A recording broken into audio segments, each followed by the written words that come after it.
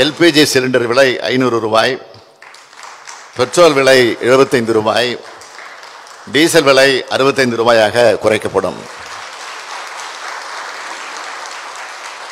பொது சிவில் சட்டம் கொண்டு வரப்படாது. 2024 மாபெரும் ஜோக்கு வந்து திமுகவின் தேர்தல் அறிக்கை. 23ஆம் புலிகேசி ஆட்டம் முதலமைச்சர் மு.க. ஸ்டாலின் தேர்தல் அறிக்கையை வெளியிட்டிருக்காரு. நான் சட்டசபை தேர்தலை உங்களை அணுகினேன், உங்களுக்கு 520 வாக்குறுதிகளை கொடுத்தேன். இந்த 520 வாக்குறுதிகளில் 500 வாக்குறுதியை நிறைவேற்றிட்டேன். இன்னென்ன வாக்குறுதி சொன்னேன், இன்னென்ன வாக்குறுதியை நிறைவேற்றிட்டேன்.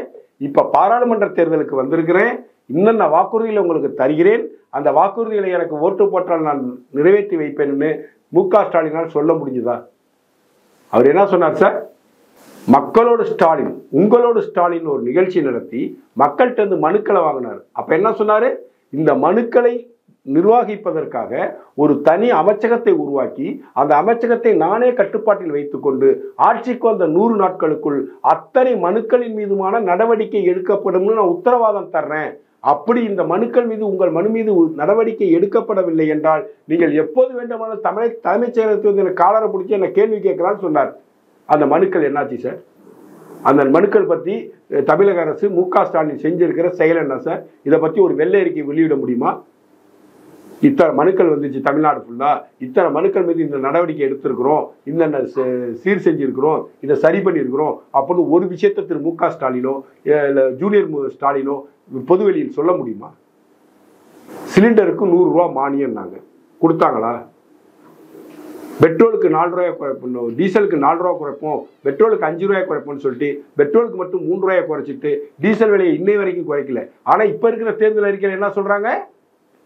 பெட்ரோலை 75 ரூபாய்க்கு கொண்டு வருவேன், டீசல் 65 ரூபாய்க்கு கொண்டு வருவேன், சிலிண்டர் விலையை 500 ரூபாய்க்கு கொண்டு வருவேங்கிறார். ஆனா வெண்ண ஓ கையில் இருக்கிற ஓ நிர்வாகத்தில் இருக்கிற நீ வாட் வரியை குறைச்சி ஒரு 5 ரூபாய் 4 ரூபாய்க்கு குறைக்க வக்கு இல்லாம 100 ரூபா மானியம் கொடுக்க வக்கு இல்லாம நீ ஒரு அரசாங்கத்தை நடத்தி விட்டு எனக்கு நீங்க இந்த தேர்தலில் ஓட்டு போட்டீங்கன்னா நான் பெட்ரோல் விலையை குறைச்சிடுவேன் 75 ரூபாய்க்கு, டீசல் விலையை குறைச்சிடுவேன் 65 ரூபாய்க்கு, கேஸ் 500 ரூபாய்க்குன்னு சொல்றீங்களே, மக்களை நீங்கள் முட்டாளாக மூளைச்சலவை செய்து கொண்டிருக்கிறீர்கள். உங்கள் மீது நான் குற்றம் சாட்டுறேன் மு.க. ஸ்டாலின் அவர்களே. நீங்க ஆட்சிக்கு வரணும். முதல்ல இந்தியா கூட்டணி பிச்சுக்கிட்டு நிக்குது. இந்தியா கூட்டணியை உருவாக்குனவரே, இந்த புள்ளி வச்ச கூட்டணியை உருவாக்குனவரே இன்னைக்கு பிஜேபி கிட்ட போயிட்டார். உங்களை நம்பி விஜய் தலதாத்தனம் வரல, உங்களை நம்பி ஆந்திராவில் ஜெகன்மோகன் ரெட்டி வரல, உங்களை நம்பி தெலுங்கானாவில் சந்திரசேகர ராவ் வரல. கம்யூனிஸ்ட் தமிழ்நாட்டில் கூட்டணி காங்கிரஸ், கம்யூனிஸ்ட், திமுக. ஜம்ப் பண்ணி கேரளாவுக்கு போனீங்கன்னா திமுக கம்யூனிஸ்ட் காங்கிரஸ் எதிர் திசையில் இருக்காங்க. இது மேற்கு வங்கத்தில் அந்த அம்மா புடனையை பிடிச்சி தள்ளிடுச்சு. இதுக்கு பேர் கூட்டணி. இந்த கூட்டணியை நாங்கள் நம்பணும், இந்த மக்கள் நம்பணும், இந்த கூட்டணி ஜெயிச்சு ஆட்சி அமைச்சிடணும், இந்த மக்களை நம்ப வைக்கிறதுக்கான முயற்சி பண்ணிட்டு இருக்கீங்க.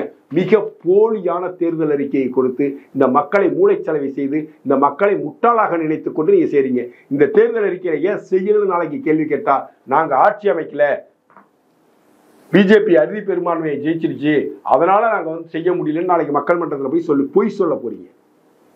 இதெல்லாம் உலக அளவில் யாராலையும் செய்ய முடியாது, உலகத்திலேயே அவனு செய்ய முடியாது. உலகத்துல எந்த அரசியல் கட்சியாலையும் எந்த ஆட்சி அதிகாரத்தில் உள்ளவர்களாலும் செய்ய முடியாது. இதுல இன்னொரு பஃபூன் ராகுல் சொல்றாரு, வருஷத்துக்கு மகளிருக்கு 1 லட்சம் ரூபாய் கொடுக்க போறாராம். எங்க இருந்து நிதி வரும்? எங்க இருந்து நிதி வரும்? இந்த நம்ம முதலமைச்சர் சார் அவர் 1 லட்சம் ரூபாய் அறிவிச்சுட்டாரு. கரெக்டா சார்? ராகுல் காந்தி 1 லட்சம் ரூபாய் அறிவிச்சுட்டாரு. இவரு உடனே குறுக்க புந்து நான் மகளிர் உரிமை தொகை 1000 ரூபாயை நான் இந்தியா முழுமைக்கு கொண்டு சேர்ப்பேன். அவன் தான் 1 லட்சம் ரூபாய் தரேன்னு சொல்லிட்டானே, வருஷத்துக்கு 1 லட்சம் ரூபாய். அந்த 1 லட்சம் ரூபாய் இந்த 12,000 ரூபாய் சேர்த்தியா? இந்த 12,000 ரூபாய் சேர்த்து இல்லையா?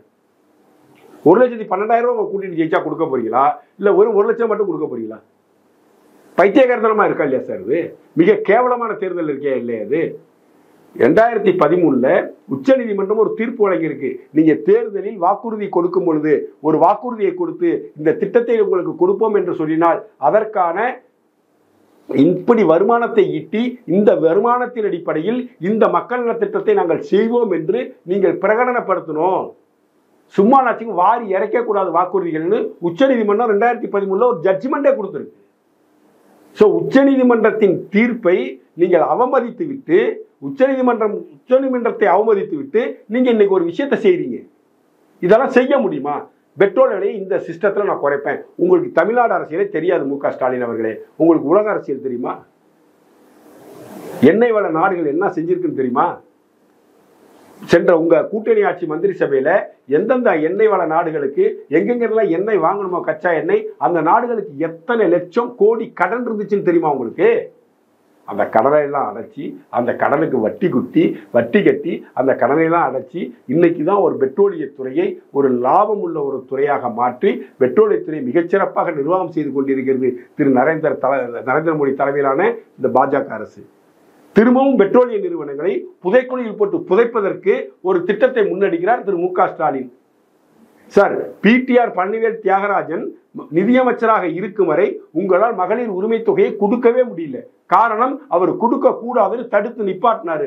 அவருக்கு கொஞ்சோண்டு பொருளாதார அறிவு இருக்குன்னு நினைக்கிறேன். அதனால அவர் தடுத்து நிப்பாட்டினாரு. மாநிலம் மிக மோசமான சூழ்நிலையில் இருக்கிறது, மாநில நிதி பற்றாக்குறை இருக்கிறது. இந்த நேரத்தில் மாசத்துக்கு ஒரு கோடி ரூபா 2 கோடி ரூபா 30 கோடி ரூபா செலவு பண்றது தப்பு அப்படின்னு தடுத்து நிப்பாட்டி வச்சிருந்தார். இன்னைக்கு எலெக்ஷனுக்காக 1000 ரூபாய் கொடுத்துருக்கீங்க. இப்பயே கனிமொழி அக்கா லீடு கொடுத்துருச்சு. என்ன கொடுத்துச்சு? நீங்கள் பிஜேபிக்கு ஓட்டு போட்டு பிஜேபி ஜெயிச்சிட்டால் இந்த உரிமை தொகை கொடுப்பதை நிறுத்தி விடுவார்கள் சொல்லுது. நீ உன் மாநில அரசின் வருமானத்திலிருந்து நீ கொடுக்குற 1000 ரூபாயை மத்திய அரசு எப்படி நிப்பாட்டும்? ஆனா மக்களை நம்ப வைக்கிறதுக்கான வேலையை செஞ்சுக்கிட்டே இருப்பாங்க. ஆனா மக்கள் புரிஞ்சுக்கணும், இந்த 1000 ரூபாயை இந்த எலெக்ஷனுக்காக பாராளுமன்ற தேர்தலுக்காக மட்டுமே கொடுத்திருக்கிறார்கள் என்பதற்காக குற்றச்சாட்டுக்கு ஆதாரமாக கனிமொழி இன்னைக்கே ஒரு லீடை எடுத்து சொல்லிட்டாங்க. இந்த தேர்தல் அறிக்கை என்பது ஒரு மிக மோசமான, இந்தியாவை பின்னோக்கி 100 ஆண்டுகள் இழுத்து செல்லக்கூடிய, இந்தியாவில் புதைக்குழியில் தள்ளக்கூடிய, இந்திய பொருளாதாரத்தை நாசமாக்கக்கூடிய ஒரு தேர்தல் அறிக்கையை கதாநாயகின்னு அறிவிக்கிறாங்க கனிமொழி. தில்லி அது திமுகவின் தேர்தல் அறிக்கை, இந்தியாவின் தில்லி, அதை கதாநாயகிங்கிறாங்க.